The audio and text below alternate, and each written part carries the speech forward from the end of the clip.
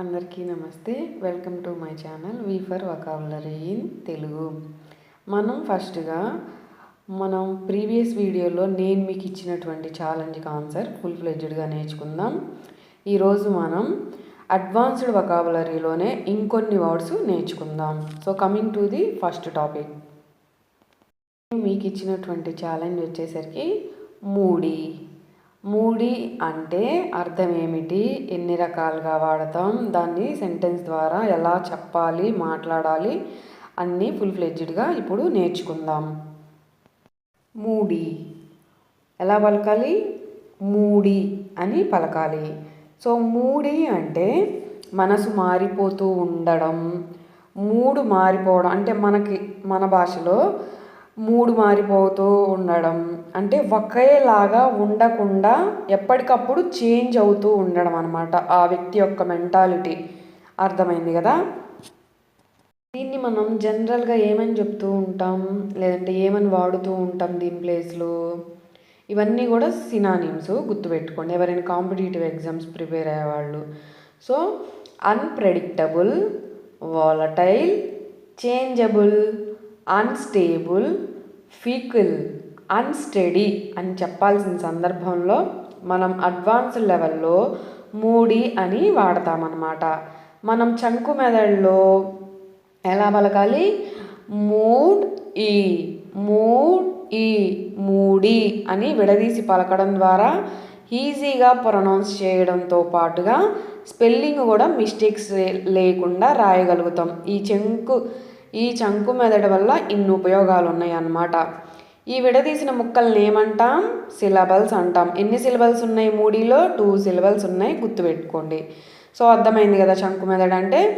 So examples ద్వారా he is nice but A bit moody. He is nice but A bit moody అంటే అతను మంచివాడే కానీ కొంచెం మనసు మారిపోయే తత్వం. అంటే ఏంటి? అతను మంచివాడే కానీ ఈ నిమిషం ఉన్న ఆలోచన ఇంకో నిమిషానికి మారిపోతూ ఉంటుంది అని మనం జనరల్గా పెద్దవాళ్ళు కానీ మన కాన్వర్జేషన్స్లో వస్తూ ఉన్నప్పుడు వింటాం కదా. వాడు కొంచెం మంచివాడే కానీ వాడు కొంచెం మెంటల్ ఉందిరా, వాడు ఇప్పుడు మాట అంటాడు, ఇంకొంచెం అయితే ఇది వద్దు అంటాడు, తర్వాత ఇంకోటి కావాలి అంటాడు. ఇవన్నీ జనరల్గా వింటూ ఉంటాం కదా. సో ఇలాంటి సందర్భంలోనే అనమాట మనం ఈ మూడి అనే వర్డ్ని వాడేది. సో ఇంకొక ఎగ్జాంపుల్ చూద్దాం. My sister becomes moody during the exams. My sister becomes moody during the exams అంటే పరీక్షల సమయంలో నా చెల్లెలు చాలా మూడ్ మారిపోతూ ఉంటుంది. అంటే కొంచెం సేపు ఏమో నేను బాగా రాయగలను అనుకుంటారు, ఇంకొంచెం సేపు ఏమో వాళ్ళు ఆ ఎగ్జామ్ టెన్షన్ని తీసుకోలేక అబ్బో నేను పాస్ అవుతాను, ఫెయిల్ అవుతాను, ఇట్లా మూడు ఎవరికైనా సహజం. ఎంత బాగా ప్రిపేర్ అయిన వాళ్ళైనా ఎగ్జామ్ టైంలో మూడ్ అనేది కొంచెం టెన్షన్గాను, అన్నీ ఎంత బాగా చదివినా అలాగే ఉండిద్ది. సో అర్థమైంది కదా మూడి అనేది ఎన్ని సందర్భాల్లో వాడతాం, దాని మీనింగ్ ఏంటి అనేది ఫుల్ ఫ్లెడ్జ్డ్గా. Coming to the today's topic. Word వచ్చేసరికి ఎక్స్ప్లిసిట్. ఎలా పలకాలి? ఎక్స్ప్లిసిట్. ఎక్స్ప్లిసిట్ అంటే స్పష్టమైన, లేదు అంటే బహిరంగమైన, ఇంకా చెప్పాలి అంటే తేట తెల్లమైన. అంటే ఇది మనం మామూలుగా మన పెద్దవాళ్ళు వాడుతూ ఉంటారు క్లియర్గా అని చెప్పడానికి. అంటే ఎలాంటి అస్పష్టత లేకుండా స్పష్టంగా చెప్పడం కానీ లేకపోతే చూపించడం కానీ చెప్పాల్సిన సందర్భంలో ఎక్స్ప్లిసిట్ అని అడ్వాన్స్ లెవెల్లో వాడతామన్నమాట. అంటే something that is very clear or direct and without confusion. అర్థమైంది కదా?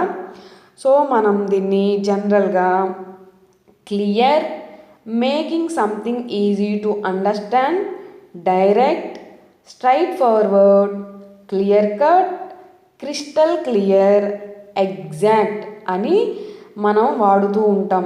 దీన్ని మనం అడ్వాన్స్డ్ లెవెల్లో ఎక్స్ప్లిసిట్ అని వాడుతూ ఉంటాం అన్నమాట. సో దీన్ని మనం చంకు మెదడులో ఎలా పలకాలి? Explicit. Explicit. Explicit అని విడదీసి పలకడం ద్వారా ఈజీగా ప్రొనౌన్స్ చేయడంతో పాటుగా మనం స్పెల్లింగ్ అనేది మిస్టేక్ లేకుండా రాయడానికి ఈ చంకు మెథడ్ అనేది ఉపయోగపడుద్ది. దీనిలో ఎన్ని సిలబల్స్ ఉన్నాయండి చెప్పండి? 3 ఉన్నాయి. ఎన్ని సిలబల్స్? 3. సో దీన్ని మనం ఎగ్జాంపుల్ ద్వారా the teacher gave explicit instructions for exam. The teacher gave explicit instructions for the exam అంటే టీచర్ అంటే ఆ ఉపాధ్యాయురాలు పరీక్షకు స్పష్టమైన సూచనలు ఇచ్చారు. అంటే మనం చిన్నపిల్లలకు కానీ ఎవరైనా ఎగ్జామ్కి వెళ్ళినప్పుడు ఇన్స్ట్రక్షన్స్ ఇస్తూ ఉంటారు కదా, మనం చెక్ బాక్స్లోనే ఆన్సర్ చేయాలి, ఎక్కడ పడితే అక్కడ రాయకూడదు, మీరు బిఫోర్ 5 minutes ఎగ్జామ్ కంప్లీట్ చేయాలి, ఇవన్నీ ఇన్స్ట్రక్షన్స్ కదా. సో అలా అన్నమాట అర్థమైంది కదా. Coming to the next example. This book contains some explicit pictures. This book contains some explicit pictures అంటే ఈ పుస్తకంలో కొన్ని బహిరంగమైన అంటే స్పష్టమైన చిత్రాలు ఉన్నాయి అని అర్థం అన్నమాట. సో అర్థమైంది కదా ఎక్స్ప్లిసిట్ అంటే మనం మీనింగ్ ఏంటి అన్నీ ఫుల్ ఫ్లెడ్జ్డ్గా. Coming to the next word heinous. ఎలా పలకాలి? హెయినస్.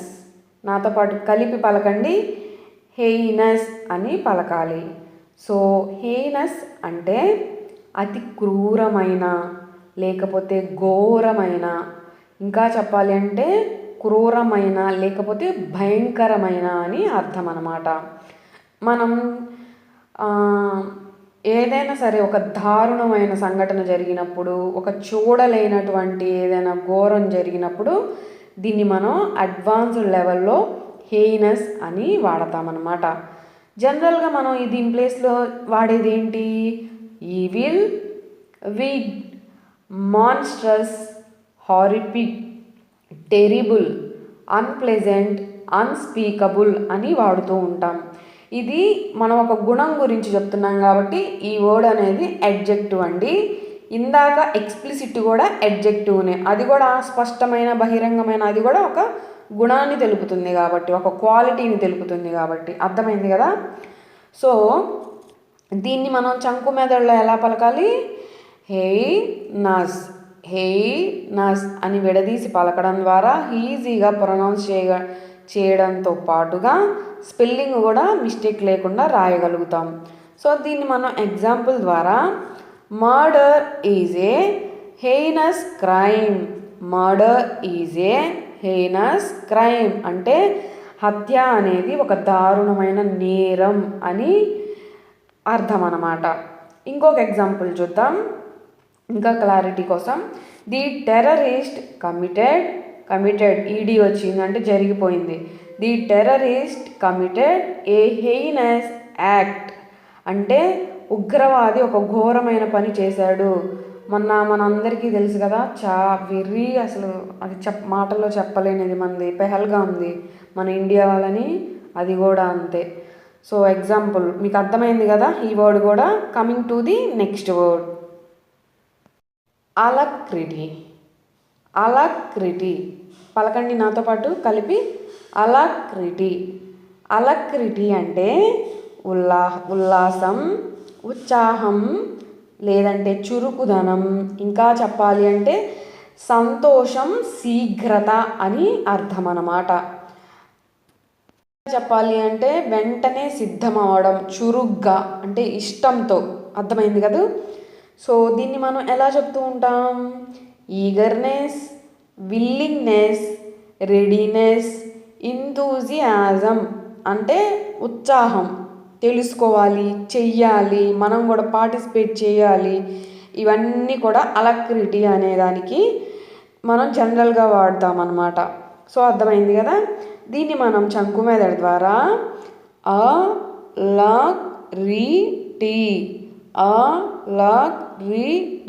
అలక్రిటీ అని విడదీసి పలకడం ద్వారా ఈజీగా ప్రొనౌన్స్ చేయగలుగుతాం. సో మనం దీన్ని ఎగ్జాంపుల్ ద్వారా he completed the work with alacrity. He completed the work with alacrity. ED వచ్చింది అంటే ఆల్రెడీ జరిగిపోయింది. సో అతను ఆ పనిని ఉల్లాసంతో అంటే ఉత్సాహంతో పూర్తి చేశాడు అని అర్థం అన్నమాట. ఇంకొక ఎగ్జాంపుల్ చూద్దాం.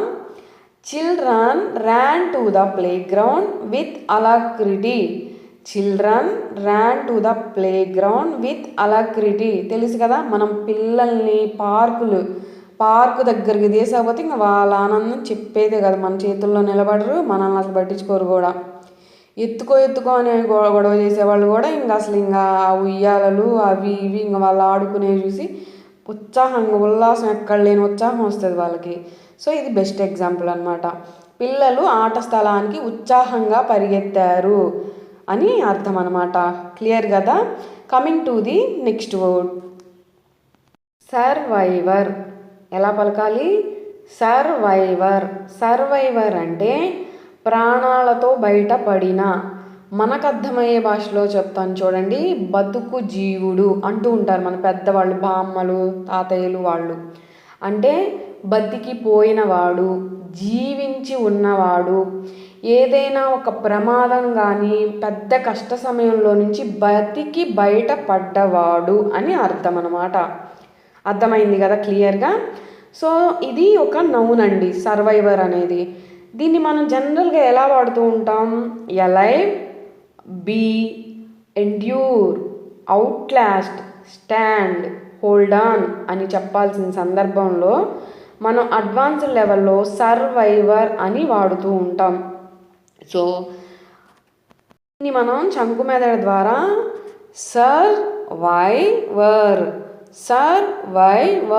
సర్వైవర్ అని విడదీసి పలకడం ద్వారా ఈజీగా ప్రొనౌన్స్ చేయగలుగుతాం. సో దీన్ని మనం ఎగ్జాంపుల్ ద్వారా, he is the only survivor of the plane crash. He is the only survivor of the plane crash అంటే అతను ఒక్కడే ఆ విమాన ప్రమాదం నుండి ప్రాణాలతో బయటపడ్డాడు. అర్థమైంది కదా. మొన్న కూడా మనకి అసలు నాకు సరిగా గుర్తులేదు, ప్లేన్ క్రాష్ జరిగింది కదా, అసలు చాలా దారుణం అది. సో అలా ఎవరైనా మనకి ఏదైనా పెద్ద ప్రమాదం నుంచి వాళ్ళు చిన్న దెబ్బలతో బయటపడ్డా వాళ్ళని అమ్మ దేవుడు బతికిచ్చాడు రా వీడిని అంటూ ఉంటాం. లేకపోతే అంతమందికి చాలా ప్రమాదం జరిగినా ఒక్కళ్ళు బతికినా కానీ అరే వాడొక్కడేరా భూమి మీద నూకలు రాసున్నాయి అంటూ ఉంటారు కదా. ఇది ఎక్కువ మంది వాడుతూ ఉంటారు. సో దాని అర్థం కూడా అదే అనమాట. ఇలాంటి సందర్భాలలో మనం సర్వైవర్ అని వాడుతాం. Coming to the second example, she is a cancer survivor. She is a cancer survivor అంటే ఆమె క్యాన్సర్ నుంచి ప్రాణాలతో బయటపడ్డ ఒక వ్యక్తి అని అర్థం అన్నమాట. అర్థమైంది కదా, క్లియర్ కదా. మీ అందరికీ ఈ పదాలన్నీ కూడా యూస్ఫుల్ అర్థమైనవి కదా. సో నేను ఈరోజు మీకు ఇవ్వబోయే ఛాలెంజ్ వచ్చేసరికి డొమెస్టిక్. ఇది ఎన్నోసార్లు వింటూ ఉంటాం మన డైలీ లైఫ్లో. డొమెస్టిక్ ప్లేన్ అంటూ ఉంటారు, డొమెస్టిక్ యానిమల్ అంటూ ఉంటారు, డొమెస్టిక్ గూడ్స్ అంటూ ఉంటారు. అసలు డొమెస్టిక్ అంటే ఏంటి? ఖచ్చితంగా కమెంట్ సెక్షన్లో కమెంట్ చేయండి. తప్పైనా పర్వాలేదు, నెక్స్ట్ వీడియోలో ఫుల్ ఫ్లెడ్జ్డ్గా దీని గురించి మనం నేర్చుకుందాం. డొమెస్టిక్ అంటే ఏమిటి అనేది. ఈ వీడియో మీకు నచ్చింది, యూస్ఫుల్ అనే అనుకుంటున్నాను. మీకు కనుక మన వీడియో నచ్చినట్లయితే లైక్ చేయండి. ఎవరికైనా యూస్ఫుల్ ఉంది అంటే కనుక తప్పకుండా మర్చిపోకుండా షేర్ చేయండి. మీరు ఈరోజే మొదటిసారిగా మన ఛానల్ని చూస్తున్నట్లయితే మీకు ఏదైనా యూజ్ ఉంది, ఏదైనా ఇంప్రూవ్ చేసుకోగలరు అనుకుంటే కనుక తప్పకుండా మర్చిపోకుండా సబ్స్క్రైబ్ చేసుకోండి. మీ అందరి ఆశీస్సులు నాకు ఇలాగే ఉంటాయని కోరుకుంటూ thanks for watching my video.